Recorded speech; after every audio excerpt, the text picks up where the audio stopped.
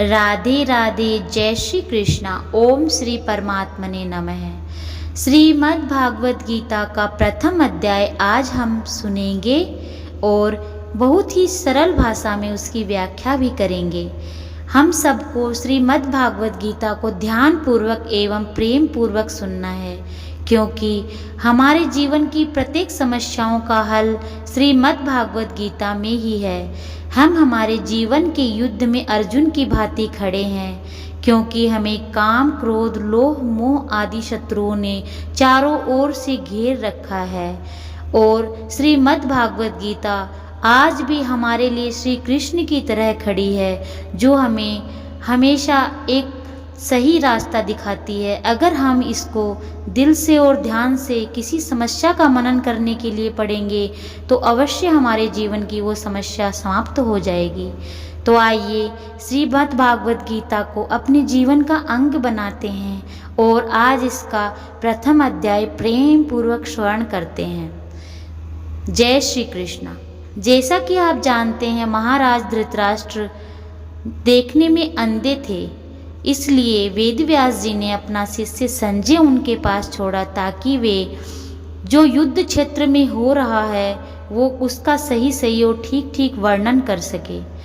धृतराष्ट्र जी समय समय पर संजय से पूछते हैं कि संजय क्या हुआ, मुझे बताओ, और संजय निसंकोच भाव से उन्हें युद्ध के बारे में संपूर्ण बातें बताते हैं। अभी धृतराष्ट्र जी जानना चाहते हैं कि युद्ध भूमि में क्या हो रहा है, क्या युद्ध शुरू हो गया या फिर युद्ध कितनी देर में शुरू होगा। उनको इस बात को जानने की प्रबल इच्छा है। इसलिए महाराज धृतराष्ट्र बोल रहे हैं, हे संजय, धर्म भूमि कुरुक्षेत्र में इकट्ठे हुए युद्ध की इच्छा वाले मेरे और पांडु पुत्रों ने क्या किया। इस पर संजय बोले, उस समय राजा दुर्योधन ने व्यूह रचना युक्त पांडवों की सेना को देखकर और द्रोणाचार्य के पास जाकर यह वचन कहा। अब दुर्योधन बोल रहे हैं, हे आचार्य, आपके बुद्धिमान शिष्य द्रुपद पुत्र धृष्टद्युम्न द्वारा व्यूहाकार खड़ी की हुई पांडु पुत्रों की इस बड़ी भारी सेना को देखिए।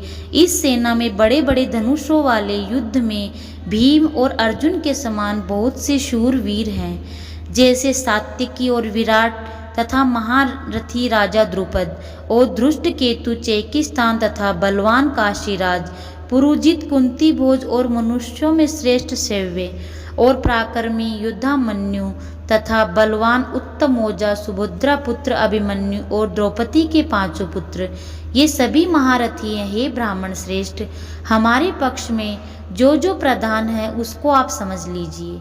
आपके जानने के लिए मेरी सेना के जो जो सेनापति हैं मैं उनको कहता हूँ। यहाँ पे दुर्योधन अपनी और पांडु पुत्रों की जो सेना है उसका विवरण दे रहे हैं।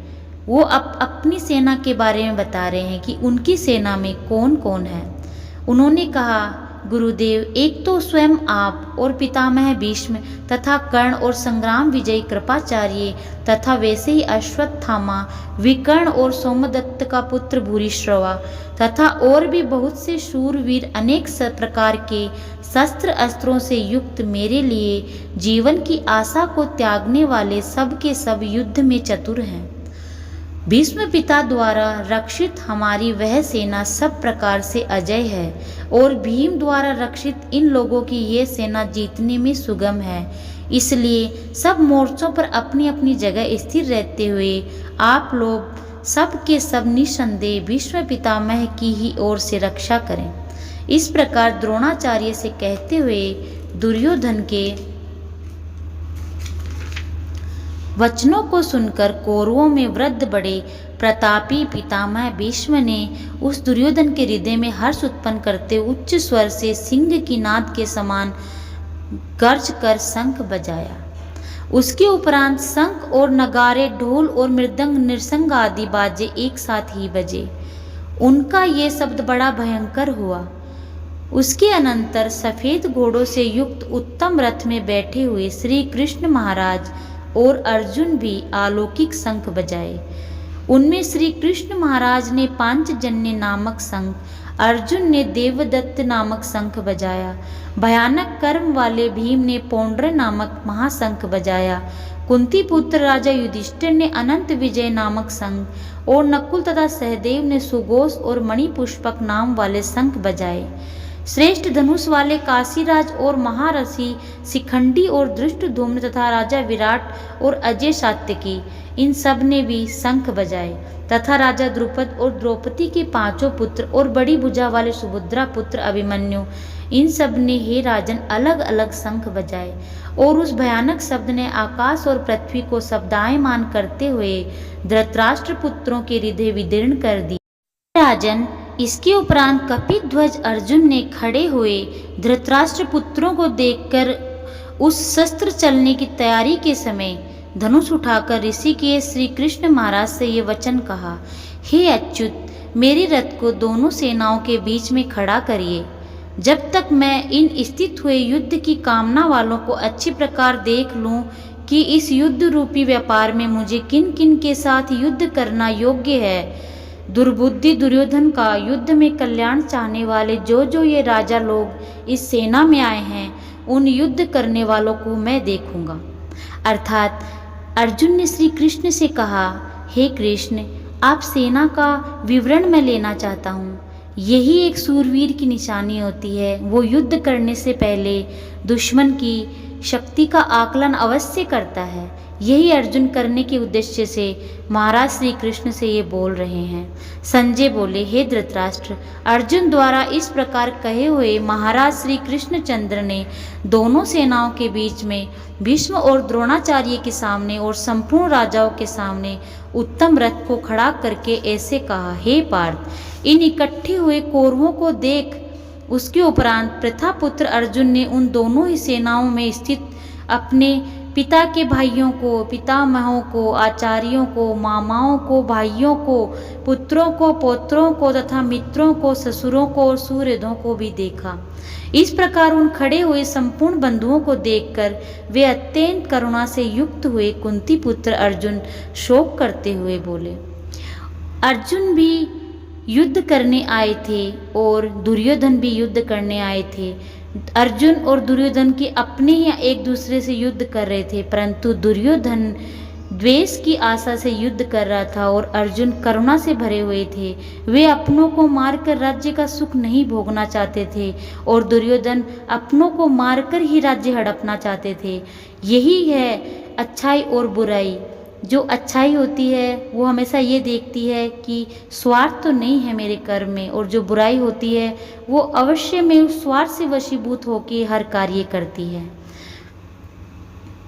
हे कृष्ण, अर्जुन बोल रहे हैं, इस युद्ध की इच्छा वाले खड़े हुए स्वजन समुदाय को देखकर मेरे अंग शिथिल हुए जाते हैं, मुख भी सूख गया है और मेरे शरीर में कंप तथा रोमांच होता है तथा हाथ से गांडीव धनुष गिर जाता है, त्वचा भी जल रही है, मेरा मन भ्रमित सा हो रहा है, इसलिए मैं खड़ा रहने में समर्थ नहीं हूँ।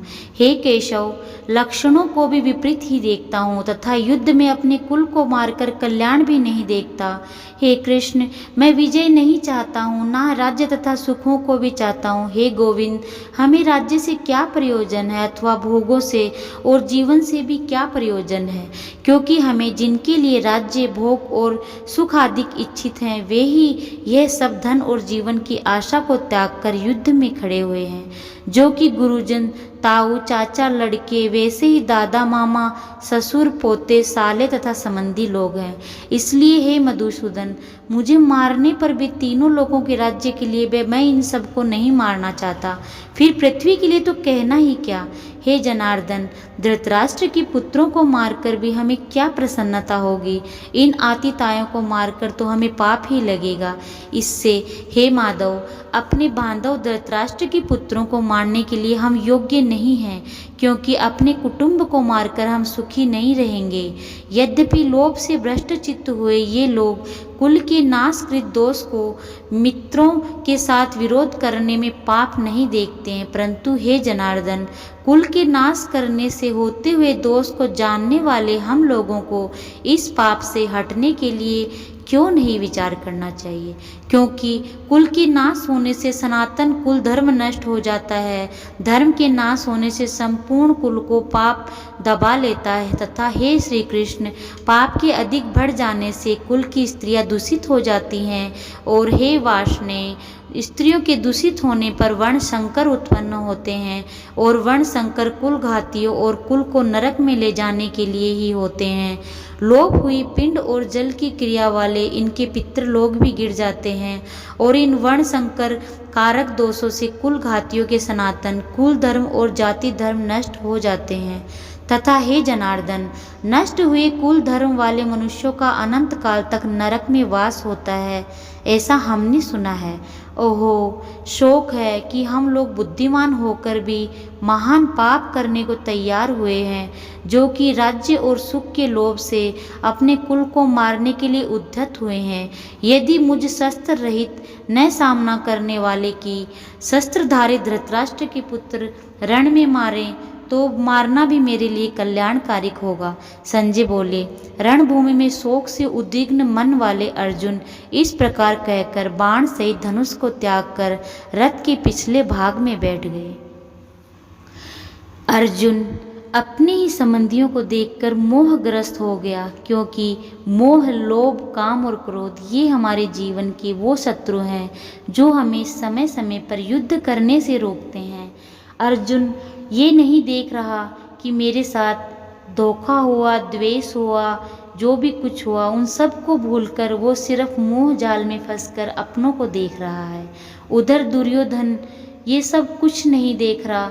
अगर दुर्योधन के मन में ये सब आ जाता कि नहीं, मैं अपने अपनों को नहीं मारूंगा और राज्य का आधा आधा भाग करके सुखपूर्वक जीवन यापन कर सकते थे, परंतु उसके मन में लोभ नामक कीड़ा आ गया और अर्जुन के मन में मोह नामक कीड़ा आ गया। हम जानेंगे हमें गीता जी की प्रथम अध्याय से क्या सीखना चाहिए। हमें गीता जी की प्रथम अध्याय से सीखना चाहिए कि सबसे पहले हमें हमारे जो शत्रु हैं उनको देखना चाहिए कि वो कितनी शक्ति से संपन्न है, उन्होंने क्या तैयारी की है। ऐसे ही युद्ध में नहीं कूदना चाहिए। किसी भी युद्ध की तैयारी के लिए हमें शत्रु पक्ष की शक्ति को देखना अत्यंत आवश्यक है। अर्थात हमारे दैनिक जीवन में हम कोई भी कार्य करते हैं, हमें क्रोध आता है, हमें तुरंत क्रोध का उत्तर नहीं देना चाहिए, अपितु हमें सोच के विचार करना चाहिए क्रोध क्यों आया और क्रोध करने वाला कौन है। ये विचार करने के बाद ही हमें उत्तर देना चाहिए। हमें श्रीमद् भागवत गीता के प्रथम अध्याय से एक और शिक्षा मिलती है, वो ये है कि जो लोग करुणा से भरे हुए होते हैं वो किसी अन्य को दुख पहुंचाकर स्वर्ग आदि भोगों को भी नहीं भोगते हैं, और जो दुष्ट हृदय स्वार्थ से भरे हुए होते हैं वो अपनों को मारकर भी तुच्छ राज्य का सेवन करने में ललायत होते हैं। हमें हमारे रोज़मर्रा की ज़िंदगी में ऐसे खूब अवसर मिलते हैं जब हमारे अपने ही हम पर बहुत अत्याचार करते हैं। कई बार वो हमारे बिल्कुल अपने होते हैं, बहुत खास होते हैं, जिनसे हम युद्ध नहीं कर सकते हैं अर्जुन की भांति, परंतु श्री कृष्ण कहते हैं अगर जहाँ पर हमें धर्म को साबित करना है तो युद्ध करना ही होगा। अर्थात हमें अपने आप को ख़त्म नहीं करना है, क्योंकि यहाँ पे हम लोग धर्म युद्ध लड़ने आए हैं। इसलिए हम सबको अपने अपने धर्म का स्मरण होना चाहिए और युद्ध करना चाहिए। जय श्री कृष्णा।